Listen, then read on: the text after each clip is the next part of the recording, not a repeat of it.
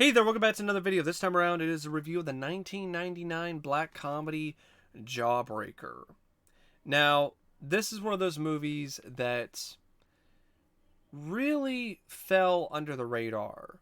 In 1999, it came out and bombed, did not do well in the box office or critically. A lot of critics absolutely loved this movie. They hated this film. They really sunk their teeth into it and bit it to pieces. They were not fans of it. They chewed it up and they spit it out right into the trash. Saying things like it's too mean spirited, it's not funny, it's this or that. A lot of people, when it came out and still to this day, say it's just some thoughtless, lazy retread of Heathers and so on and so forth. And if you ask me, this is a gem. I really legitimately loved Jawbreaker. I thought this was a great movie. And I know I'm not alone. I know it does have a cult following that it eventually got after all these years, that it 100% deserves, if you ask me. I wouldn't say it's on the same level as Heathers. I think Heathers is a better film. I think Heathers is definitely a funnier movie. I think Heathers goes in certain directions with its characters that I think resonates on a deeper level. But this is still one hell of a good movie and one hell of a good time, especially if you love black comedies. I love black comedies. Some of my favorite comedies are dark comedies. It just speaks to my particular kind of sensibilities as a movie watcher. I really enjoy dark comedies, especially when they're done well. And I thought this was done really well. Even though there were moments where I wasn't laughing, I was still wrapped up in it because you had some really clever dialogue. These characters were enjoyable and entertaining to watch. Even the evilest and meanest of them all, and I really liked the overall setup and how things played out. It's one of those movies where it doesn't have that many surprises, and it is a little predictable at times. But then there are those moments though where it really does throw you for a loop, and those moments alone really do make it stand out from a lot of other films like it. And it also helps that the direction here by Darren Stein is delectable, it's delicious, and it is incredible. This film is incredible when it comes to the directing. He deserves way more credit, way more accolades for his direction in this movie, especially in the whole sequence in the finale with Courtney Shane when she essentially is trying to get out of the auditorium, and is getting all of this stuff thrown at her, insults and actual real things, like corsages and other shit. It's this absolutely fantastic jaw-dropping tracking shot that is just it really is incredible. So there are a lot of moments like that in this movie in terms of the direction that are just, I mean, so fucking good. And from a guy who really, really appreciates the technical aspects of a film, it's just so terrific to see a director do something like that in a movie, especially like this, $3-something million budget, and it's just a dark comedy. Like, you're not expecting him to go for the gusto, to go all the way like he does with his direction in this film on more than one occasion. There are some absolute gorgeous shots in this just from the settings alone, and just a really, really great film in terms of the direction by Darren Stein.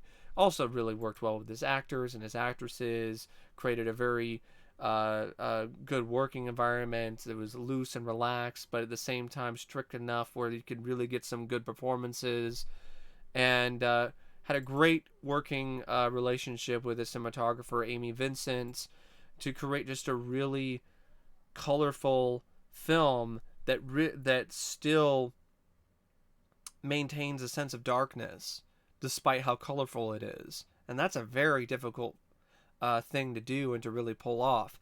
This film really does, in a lot of ways, from the production design, the art direction, the cinematography, and the direction, it embodies a Jawbreaker. It's sweet on the outside and dark and hard, on the inside. It's very, there are moments where it's sweet and bubbly and bright and colorful, and then there's other moments where it's really dark and dingy and gritty looking, and it's a really great mix of different flavors. There's even moments with the art direction where it actually does borrow from the shape of a Jawbreaker. That's how much attention to detail that is present in this movie. And Darren Stein did double duty here. He also wrote the script, and he did a wonderful job writing the film as well. I mean, this film has a lot of great lines of dialogue, the whole introduction of the preppy, popular crew of girls that everybody hates.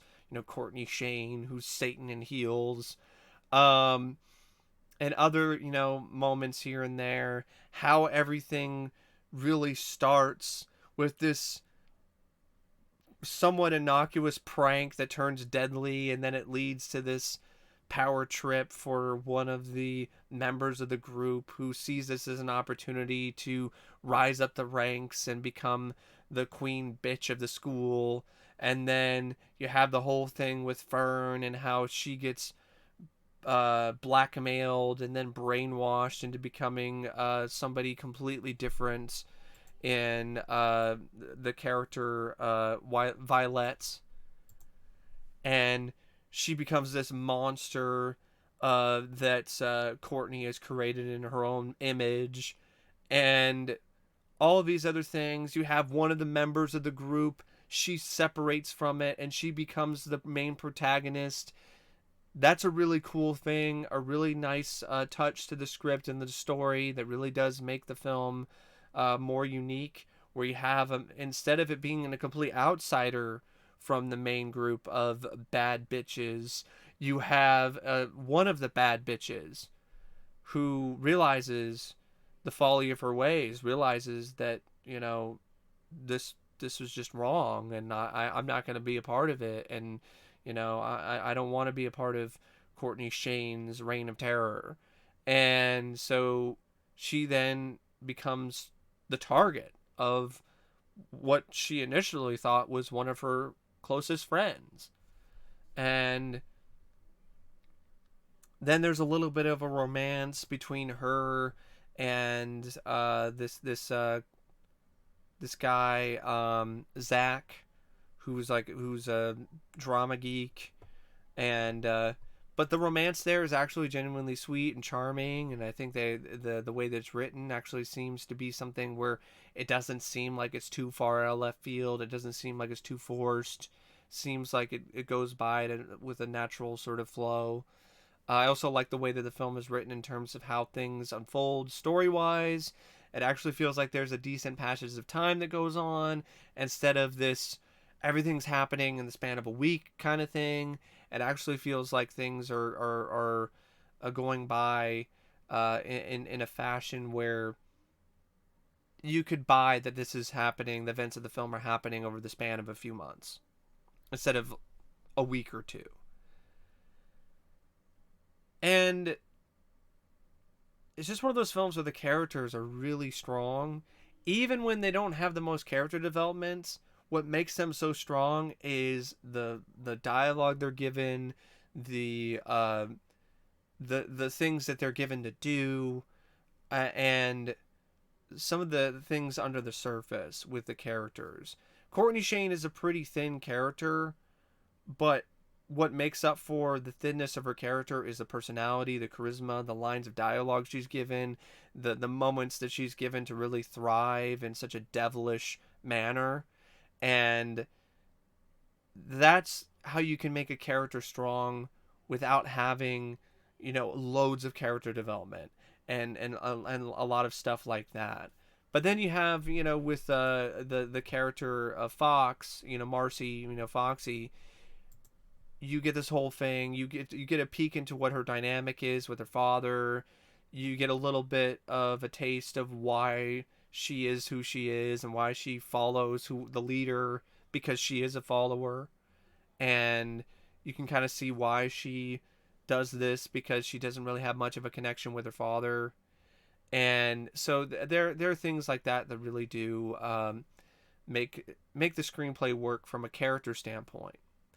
And then you have the whole, it's not really much of a mystery, because what happens to the Liz Purr, the most popular girl in Regan High, the total queen, the total sweetheart.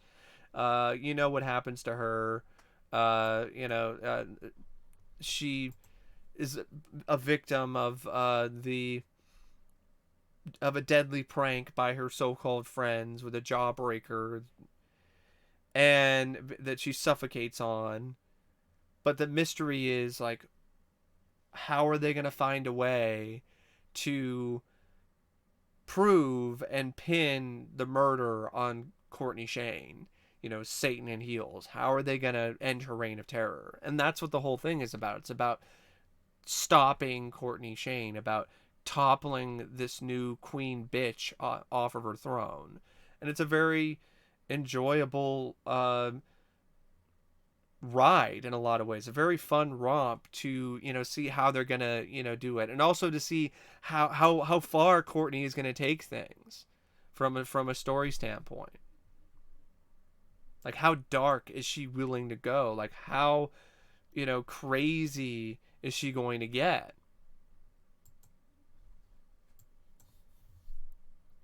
But as wonderful as the script is by Darren Stein and the direction, this film would completely flop without the performances by the cast, especially Satan in heels herself, Courtney Shane, played by Rose McGowan, who was absolutely phenomenal in this role. She was sexy and dangerous and just deliciously bad. Like, it was just pure excellence when it comes to how she portrayed this character, how evil she was. Yes, it was over the top, but that's what makes it so good. That's what makes it so juicy. That's what makes it so enjoyable and entertaining to watch. Rose McGowan strut around and just be the bitchiest bitch of them all. Like, it was just so much fun to watch her work. And I thought she did a great job playing this character. And you could tell she really dug her heels in and was really into it, and was just having a blast with this role and this character. And as a result, you can't help but love it. You can't help but love this character, despite how horrible this character is. Courtney Shane is a horrible person, and the character is horrible. Does horrible things, but the way things are laid out, the way that Rose plays it, you can't help but just love every minute of it. Really great. Really good. Fantastic stuff. Rebecca Gayheart is also really solid and honestly quite spectacular as the heart and the soul, and the main protagonist of the film, in Julie Freeman, the outcast from the group, who becomes ultimately the hero, or one of the heroes. Julie Benz, she's also quite capable as Foxy. This is a character that, like I said, is a follower. She's the right hand woman to Courtney Shane. The commander cunt. Because hey, I it's true, she is. But I still love her. I still love that character. But she really is. But yeah, Julie Benz plays that role well. And Judy Greer, I really liked her performance as Fern, especially when she embraces the Courtney Shane uh, parts of her personality that was brought out by Courtney when she's Violet. I really like that. I really like that. That performance and those sequences. Chad Christ was fine. He wasn't spectacular or amazing as Zach, but he was good enough. Charlotte Ayanna, gorgeous, a girl, but she really didn't have any lines of dialogue. But that was fine. That worked. She did what she was asked to do. She was a trooper too, because there was a sequence, the sequence when they're carrying her body into her house and trying to set it up to make it look like she was raped or whatever, and she was into kinky stuff, and that's why she died, with a jawbreaker down her throat.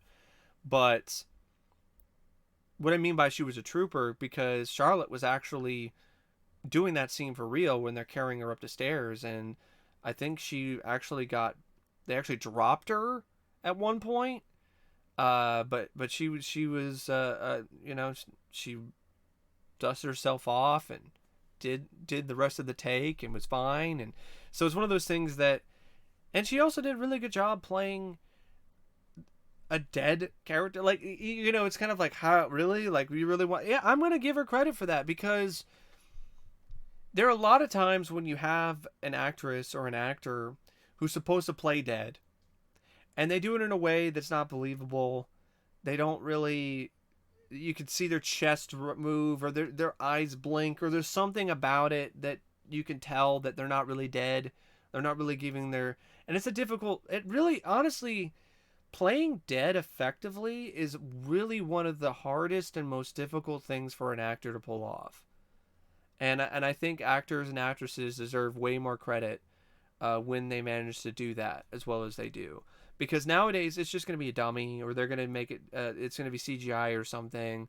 They're not really going to rely upon an actor in that way, or an actress in that way. And I can see why, but at the same time, there's a certain really visceral authenticity that you can only get if the actual actor or actress is, playing dead. Really good supporting cast too. Pam Grier as Detective Vera Cruz, Carol Kane as Miss Sherwood, Marilyn Manson, who has a cameo as like this cum catcher mustache stranger who gets involved in this just crazy, absurd, ridiculous scenario in a really legitimately fucked up way. I think he was only in it because he was dating Rose at the time, so that's why Marilyn was actually in the film. But I thought that was still a pretty fun touch to see him in the movie. Marilyn Manson. The film goes by at a really quick pace. It's only like 87 minutes. It really does roll down the candy chute right into your mouth, and it just, one of those things where you don't have to wait that long to get to the sweet stuff, to get to the gooey center of the movie, and it features some really fun punk songs for the overall soundtrack. And punk, honestly, is a good way to put this movie. This, in a lot of ways, it's a punk film. It's despite the teen setting and the bright colors, it really is a punk movie with a punk attitude and a punk sort of vibe and consciousness and an approach to the storytelling. The Donnas are featured in this. They even actually play a song at the prom at the end. And then when it comes to other technical aspects of the film, really excellent editing by Troy Takaki. Really makes the film look as impressive as it does. The transitions and things like that. Although I will say this, some of the transitions are a little bit too high energy for me, with the it spins around and it's some sort of cartoonish sort of stuff. I know what they were trying to go for, but I honestly would have preferred if they really kind of leaned back on that. Didn't really do that as much. That's one of my very few nitpicks with this movie is how the editing at times, especially the transitions, was a little bit too jarring. A little bit too jarring. If I can say the word, my apologies. But for the most part, though, job well done when it comes to the editing for the film. This movie even has a really cool opening credit sequence. I loved the way that this opening credit sequence was shot. It was just very simple series of shots of a Jawbreaker on an assembly line. So it's a Jawbreaker assembly line, and it's focusing on a Jawbreaker getting made and how it's created, and then it winds up into the candy machine, and then it falls out. I love that. I thought it was really cool and really unique, and a really fun way to have the opening credits set up for the movie. And what a finale. Such a great finale. I mean, it's the perfect comeuppance for Courtney Shane, because the moment when she thinks it's going to be her night, it's going to be her moment in the sun. She is prom queen. This is everything that she's ever dreamed for. Everything that she's ever wanted. It's her biggest dream come true. And then it turns into a nightmare because she's revealed as the killer of the sweetheart of the school. I killed the team dream. Deal with it. And so everybody realizes what she's done, and her facade is torn down. She's lost her power. She's more than likely probably going to go to prison, and she's no longer going to keep her crown. And it's just everything at that moment just culminates and in such a satisfying way. And then the way that the sequence is shot, I can't sing enough praises to that sequence where she's going down, going out trying to leave the auditorium, and the camera is on her as she's just this disheveled mess, and it's like she's floating, down the hall as people are just throwing all this kind of shit at her, and she's just like, she's just a fucking mess. And everything that she does not want to be, she takes all this time to make herself look as hot and as sexy and as put together as she possibly can. She, does everything she can to stay on top, and then boom, it's all taken away. And the film puts you in the audience with the way that it's shot, and you can see yourself as one of those people at the prom, throwing shit at her and calling her a bitch and so on and so forth.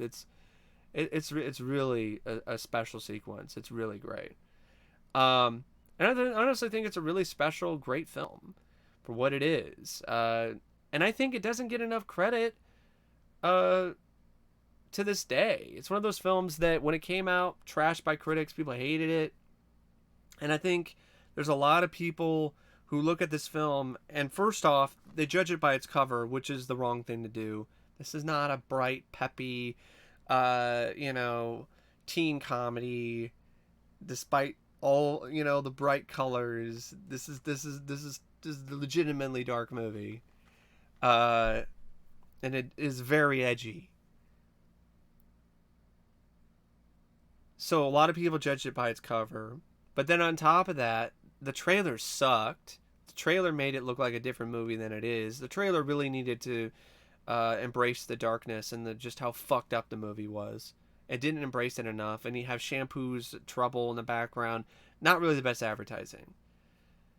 But also you have the whole Heather stuff, where people to this day, and just like people back in the day when it came out, lambasted the movie, just completely tore it to shreds, said it's just some cheap Heathers knockoff. And coming from a huge fan of Heathers, I think that is totally unfair to this movie. This film is not just another Heathers. And let's be honest, Heathers isn't the only teen comedy out there that had those elements. So Heathers isn't the only one that did any of that stuff to begin with. But this film's a whole different animal to me. It's a different beast altogether than Heathers. The only comparison you could really make is that it takes place in a high school. You have a group of these popular girls like the Heathers who are in a place of power at the high school, and a lot of the film is about trying to take away that power. Okay, all right, but there's a lot of serious differences in terms of the punk aspects of the film, how it focuses on the Heathers and instead of the person who's the outsider, and then how the outsider is one of the Heathers in this instance. So you have the main character, your protagonist, was an antagonist. There was nothing like that in Heathers. Also, the humor is a little bit rawer, a little bit darker in a lot of different ways. The character of Courtney Shane is a bigger bitch than any of the Heathers. I mean, no offense to the Heathers, but they ain't got shit on Courtney Shane. And then you have the whole thing with Fern and her character, with Violet, and losing track of who she is. That is an element that isn't really as present in Heathers either. So yeah, I don't think it's fair to just say Jawbreaker is just some lazy Heathers wannabe or Heathers knockoff. But that's just me personally. Either way, I honestly highly recommend this film. Even if you're kind of iffy on the trailer, especially if you like dark comedies, especially if you were a fan of Heathers, I definitely feel this is worth at least one watch. This is one of those films to me personally that anyone and everybody should take a bite of. Give it a bite, give it a shot. It might not have the balance of sweet and dark that you personally prefer, but it does have things about it that I think anyone is going to appreciate, whether it's a technical